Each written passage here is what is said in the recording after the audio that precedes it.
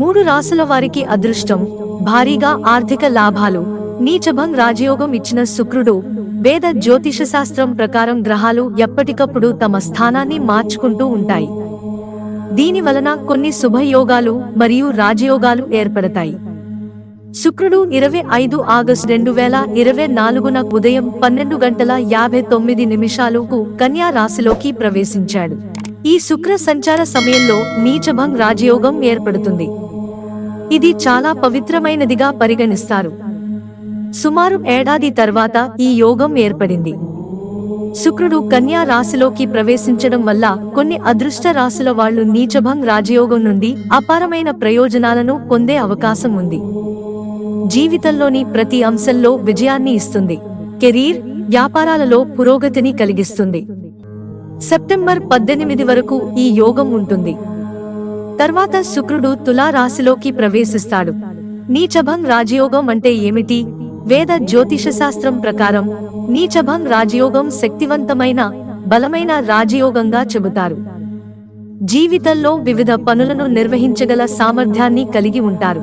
ఈ యోగా సమయంలో ప్రజలు తమ జీవితంలోని వివిధ సవాళ్లను అధిగమించే సామర్థ్యాన్ని కలిగి ఉంటారు. జాతకంలో బలహీనమైన గ్రహం తన బలహీన స్థితిని ముగించి బలమైన గ్రహంగా మారినప్పుడు అది నీచభంగ్ రాజయోగం వంటి శక్తివంతమైన రాజయోగాన్ని కలిగిస్తుంది.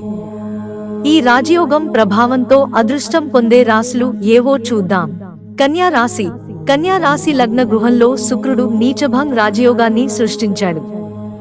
ఈ కాలంలో కన్యారాశి స్థానికులు శుభ ఫలితాలను పొందుతారు. వ్యక్తిత్వం బాగా మెరుగుపడుతుంది. వివాహితులు తమ జీవిత భాగస్వాములతో మంచి అనుబంధాన్ని కలిగి ఉంటారు. దీనివల్ల భాగస్వాములిద్దరి మధ్య ప్రేమ, ఆప్యాయతలు పెరుగుతాయి. కెరీర్లో ప్రమోషన్లను పొందవచ్చు. తమ భాగస్వామితో నాణ్యమైన సమయాన్ని గడపడానికి అవకాశం పొందుతారు. ఒంటరి వ్యక్తులకు వివాహ ప్రతిపాదనలు వస్తాయి. మకర రాశి. నీచభంగ్ రాజయోగం మకర రాశి 9వ ఇంట్లో ఏర్పడుతుంది. ఈ రాజయోగం శుభ ప్రభావాల వల్ల అదృష్టం వారి వైపు ఉంటుంది. ఇది చాలా అనుకూలమైన సమయం. ఆదాయ వనరులు పెరుగుతాయి.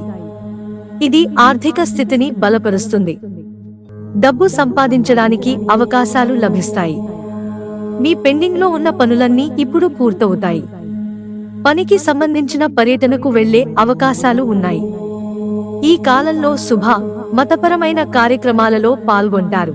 ధనుస్సు రాశి. ధనుస్సు రాశి కర్మ ఇంట్లో శుక్ర సంచారము జరుగుతుంది. వారికి ఇది అనుకూలమైన కాలం. అన్ని పనులు ఇప్పుడు పూర్తవుతాయి. ఉద్యోగస్తులకు ఇది ఫలవంతమైన సమయం. వారు తమ కార్యాలయంలో చాలా పురోగతిని సాధించగలరు. వ్యాపార వ్యక్తులు వివిధ ఒప్పందాల నుండి భారీ లాభాలను గడిస్తారు. ఈ కాలంలో కొత్త ఆదాయ వనరులు కనిపిస్తాయి. ఈ కాలం వీరికి అదృష్టమైనదిగా ఉంటుంది. కెరీర్లో కొత్త స్థానాలు చేరుకుంటారు.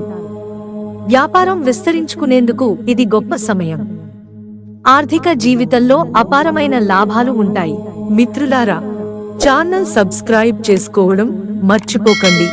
ధన్యవాదాలు.